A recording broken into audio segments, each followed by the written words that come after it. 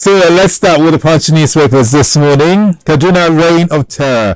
Terrorists kill 7 soldiers. NAF rains bombs on forest.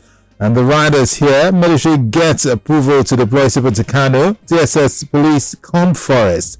National Assembly threatens shutdown. APC lawmakers demand NSA sacking. Leaked memos revealed why FEC rejected Amichi's 3.7 billion naira security proposal. Only I've not seen that leaked memo, and I looked for it. I looked for it in that report. I couldn't find that. I haven't heard why, but Mr. Amichi clearly was unhappy that those funds were not approved for him. Whatever, the permission to spend those funds were not approved for him, and he took it out. Even though he didn't mention it, it's clear now. Maybe it was FEC that rejected his memo to spend those funds. But President Bola has now approved. I think he should cry less. The verdict is already done, and the situation with that Kaduna kidnapping, Kaduna abductions, that train attack, the repercussions are everywhere now. In the National Assembly, in the House of Reps yesterday, it reverberated heavily. In the discussions they had, in the debate they had. Especially around the Kaduna area, the leader of the House, Alassane Ado-Dogowa, was very expressive, and emotional about the state of security in the country. And he says that as a nation, how can we? He was advocating that Nigerians begin to carry arms and protect themselves. This debate is back on the table. As to I just cannot be a sitting duck. That's what most Nigerians have become in the hands of these terrorists that kill them every day in the north, especially. Sitting duck. Look at the attack on that train. The boss of the NRC, Fidet Ohiria, is saying that there are 9 coaches on that train. Every coach has 2 security men, 2 policemen attached to it, armed policemen, 18 policemen on that train. He didn't tell us their fate. He didn't tell us the fate of those 18 policemen. Because clearly, what happened on that train was the terrorists taking the train. They took it and took it apart, and when they were done, they left. And the repercussions of what we're seeing now, a lot of people, unknown number, are in the hands of their captors, and ransom demands are flying all over the place. People that can pay are paying. Families are already saying that they are receiving calls. Now I hear that the authorities have put a combined team of the DSS, the army, and the police crack squads to enter into Kaduna. To begin to track the ransom calls and see how they can rescue abducted victims. It will be hard, because this has happened before in the past, and these kidnappers always get ahead of the security agencies, and they collect their ransoms anyway. Some even collect it in cash, and they do bank transfers. We have heard about this. They do bank transfers in spite of the fact that Issa Pantami has told us that once he links all SIM cards with the NIN, all of these criminal activities will be reduced. It's not. So we begin to wonder to what effects all of this linking card, all this long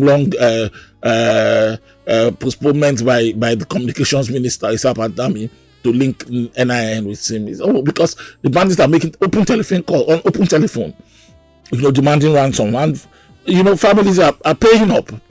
I saw a picture of a family of 6, a man, his wife, and 4 of their children on that train. They were taking all 6 of them. Wow. So you can wonder if their family members are called, the first thing they will do is to go and look for money to pay for their ransom. Yeah, that's true. Yeah, and then I hear again that today Governor El-Rufai is going to have a meeting with President Buhari.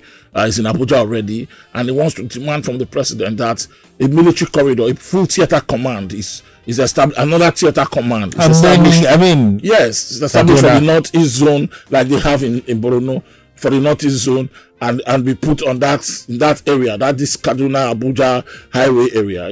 Everything they're trying to throw the kitchen sink at this one. Everything on board to stop this kind of devastating attacks. So that story in the Punch, it was describing a reign of terror this week. There was another report there that 7 soldiers, and I saw those videos, and it really breaks your heart if you saw the pictures of those soldiers, how they were killed, all their bodies lying down. Those pictures made social media. And the explanation now is that around the Zuma barracks in the Suleja axis, the commander of an army brigade, I think army unit there, received a distress call that there were terrorists around that area, and he selected some soldiers to say go and quell it. They were ambushed and killed.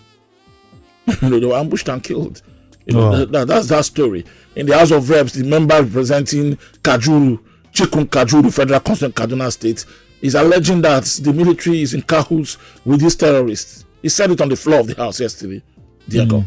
Another member in Borno State said, not one soul, one human being is living in the whole local government, Guzamala local government, Borno State. It's a state of general insecurity around the north. I don't know, but you think now that indeed it's a national emergency and it should be treated as such. That's why another lawmaker yesterday was saying that if President Buhari is not up to it, then let him tell Nigerians, we'll shut down the National Assembly and force him to act to declare an emergency. That same lawmaker said the National Security Advisor, Babagana Monguno, should go on the floor of the House of Reps yesterday in this debate on the state of security, especially in the north, following the Kaduna fallout. That the NSA has been the only person that has not been removed in this position since President Buhari came to power in 2015, and nobody sees what he does. And that he thinks that the NSA should pack it up now, resign and leave, So this discussion ended, of course, yesterday, Thursday. Today is Friday, there might be in law, but I'm sure that we'll continue to discuss this throughout next week. What those terrorists did with that train in Kaduna really shocked a lot of Nigerians. We'll be continuing to pray for the victims and those people who are still in the hands of the terrorists. Did you enjoy this video?